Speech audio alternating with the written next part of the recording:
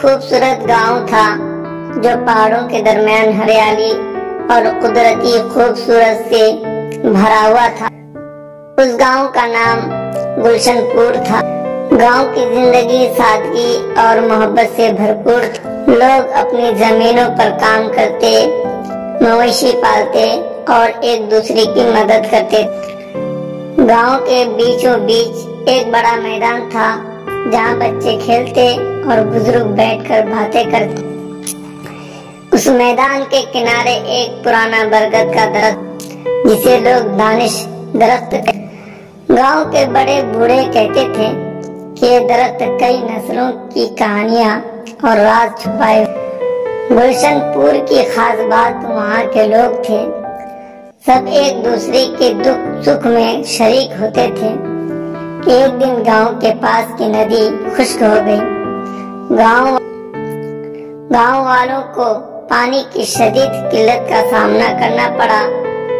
سب لوگ پریشان ہو گئے۔ اسی دوران گاؤں کے ایک نوجوان علی نے فیصلہ کیا کہ وہ کچھ کرے گا۔ علی نے پرانے بزرگوں سے مشورہ کیا اور انہیں معلوم ہوا کہ گاؤں کے قریب ایک قدیم کنواں تھا جو برسوں پہلے بند کر دیا گیا تھا۔ علی نے گاؤں والوں کو جمع کیا اور سب نے مل کر اس کنویں کو دوبارہ کھودنے۔ مہینوں کی محنت کے بعد کنواں دوبارہ کھودا گیا اور اس میں صاف پانی بہنا۔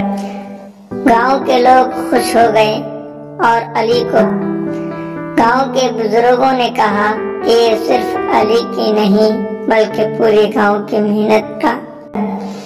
اس کے بعد گلشن پور میں نہ صرف پانی کی فراوانی ہو گئی بلکہ گاؤں کے لوگ اور زیادہ قریب۔ وہ سمجھ گئے کہ اتحاد میں ہی طاقت ہے اور جب سب مل کر کام کریں تو کوئی بھی مسئلہ حل ہو سکتا ہے۔